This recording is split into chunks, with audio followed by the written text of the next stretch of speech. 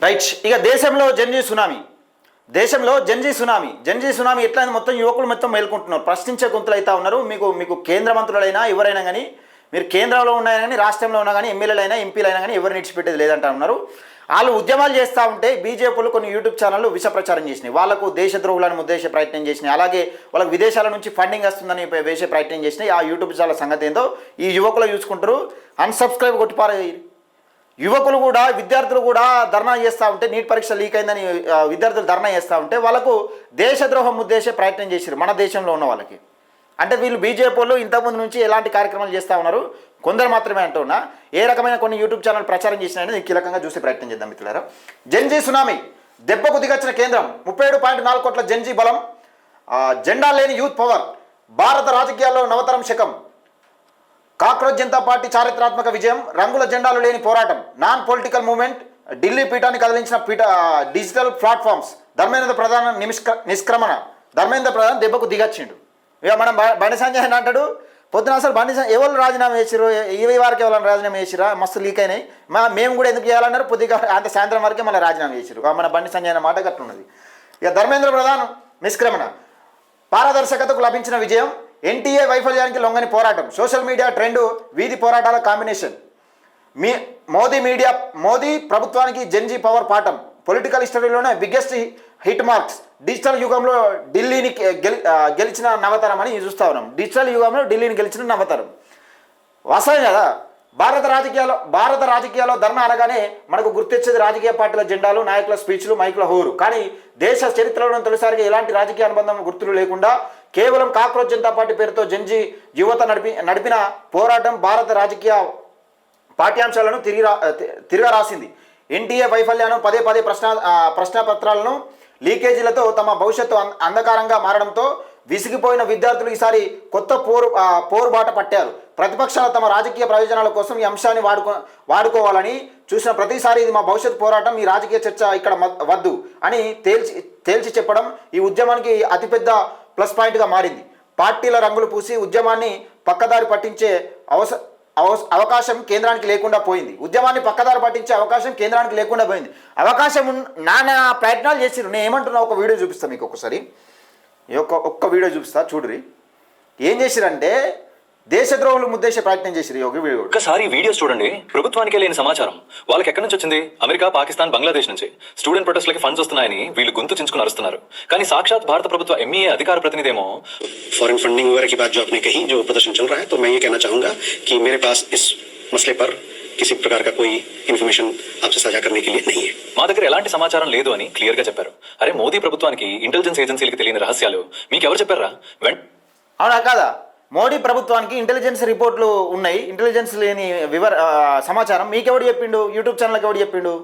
ఎవరు చెప్పారు మీకు? మొత్తం వాళ్ళకు స్టూడెంట్స్ చచ్చిపోతూ ఉంటే వాళ్ళకు బయట దేశాల నుంచి ఫండింగ్ వస్తాయని చెప్తా యూట్యూబ్ ప్రచారం చేస్తూ ఉన్నాడు, డమ్మీ ప్రచారం. అంటే ఏ విధంగా నడిచింది అన్నది ఒక్కసారి చూడాలి. అర్థమైందా ఇప్పటికైనా? ఇది జరిగింది. డిజిటల్ ప్లస్ ఫీల్డ్ స్ట్రాటజీ, సాంప్రదాయ పోరాటాల శైలికి భిన్నంగా జెన్జీ ప్రయోగించిన డిజిటల్ ప్లస్ ఫీల్డ్ వ్యూహం. ముందు కేంద్ర ప్రభుత్వానికి ఏం చేయాలో పాలుపోలేదు. ఎక్స్, ఇన్స్టాగ్రామ్ వేదికగా లక్షలాది పోస్టులు, అంతర్జాతీయ స్థాయి హ్యాష్ట్యాగ్లతో కేంద్ర ప్రభుత్వంపై నిరంతర ఒత్తిడి తెచ్చారు. ఢిల్లీ వీధుల్లో ప్రశాంతంగా పక్క ఆధారాలతో కూడిన ప్రణాళికలతో అధికారులను నిలదీశారు. లాఠీ ఛార్జీలకు భయపడలేదు. అలాగని ఏనాడు హింసకు తావివ్వలేదు. నరేంద్ర మోడీ నాయకత్వంలో ఎన్డీఏ ప్రభుత్వానికి ఒక్కసారి నిర్ణయం తీసుకుంటే వెనక్కి తగ్గరు అనే ఇమేజ్ ఉంది. ఒక్కసారి వీళ్ళు ఏంటంటే వీళ్ళు మోడీ ఒక్కసారి ముందుకు అడిగేసిందంటే వెనక తగ్గే ప్రసక్తి లేదని వీళ్ళు చెప్తా ఉన్నాడు. ఏమైంది? గత చట్టంలో ఒక్కసారి నిర్ణయం తీసుకుంటే వెనుకకు తగ్గరనే ఇమేజ్ ఉంది. గతంలో ఈ సాగు చట్టాల విషయంలో సుదీర్ఘ పోరాటం తర్వాత రైతులకు తలొగ్గిన ప్రభుత్వం ఇప్పుడు విద్యార్థి లోకం ముందు మోకలిల్లింది. విద్యాశాఖ మంత్రి ధర్మేంద్ర ప్రధాన్ రాజీనామా చేసిండు. గతంలో ఏది రైతుల గురించి రాజీనామాకు స్వీకరించడం వెనుక పెద్ద రాజకీయ విశ్లేషణ ఉంది. 37.4 కోట్ల బ్యాంక్ కోట్ల ముప్పు. నరేంద్ర మోడీ నాయకత్వంలో కేంద్ర ప్రభుత్వానికి ఒక్కసారిగా నిర్ణయం తీసుకుంటే వెనక్కి తగ్గరు అనే బలమైన ఇమేజ్ ఉంది. గతంలో సాగు చట్టాల విషయంలో రైతు ఉద్యమం ముందు వెనక్కి తగ్గిన కేంద్రం నేడు నవతరం యువత పోరాటం ముందు మరోసారి తలొగ్గక తప్పలేదు. ఫెక్సెల్స్ ఇండియా 2025 నివేదిక గణాంకాల ప్రకారం 37.4 కోట్ల జెన్జీ జనాభా ఉంది. అంటే భారతదేశం మొత్తం జనాభాలో దాదాపు 40% అన్నమాట. రాబోయే ఎన్నికల్లో దేశంలో అత్యంత నిర్ణయాత్మకమైన బిగ్గెస్ట్ ఓట్ బ్యాంకు రాష్ట్రాల వారిగా చూస్తే బీహార్ వంటి రాష్ట్రాల్లో అత్యధిక జెన్జీ జనాభా ఉండగా కేరళలో తక్కువగా ఉంది. ఏ ప్రతిపక్ష పార్టీ ధర్నా చేసినా దానికి ఎన్నికల స్టంట్ అనే ముద్ర వేయడం ప్రభుత్వాలకు తేలిక. కానీ స్వచ్ఛమైన మనసులతో రోడ్డెక్కిన 37.4 కోట్ల మంది ప్రతినిధులైన ఈ జెన్జీ ఓటర్ల ఆగ్రహానికి గురైతే కలిగే నష్టం తీవ్రంగా ఉంటుందని బీజేపీ అధిష్టానం ముందే గ్రహించింది. ఎంతమంది ఎక్కి తెలుసా? మొత్తం జెన్జీ ఓటర్లు ఉన్నారు, 37.4 కోట్లు ఉన్నారు. ఒక్కసారి దెబ్బ కొడితే బీజేపీ ప్రభుత్వం మొత్తం స్మాష్ అయిపోతుంది. అట్లా భయపడ్డది బీజేపీ ప్రభుత్వమే భయపడ్డది. ఈ ఆందోళన ఇతర రాష్ట్రాలకు విస్తరించిన బీజేపీ వ్యతిరేక ఉద్యమంగా మారక ముందే ధర్మేంద్ర ప్రధాన్ రాజీనామాకు ఆమోదించి పరిస్థితిని అదుపులోకి తెచ్చే ప్రయత్నం చేసింది. ధర్మేంద్ర ప్రధాన్ నిష్క్రమణ భారత ప్రజాస్వామ్యంలో చైతన్యవంతమైన పౌర సమాజం యువశక్తికి నిదర్శనం. అధికార బలం, పార్లమెంట్లో మెజార్టీ స్థానాలు ఎన్ని ఉన్నప్పటికీ దేశ భవిష్యత్తులో ఆడుకునే విధానపరమైన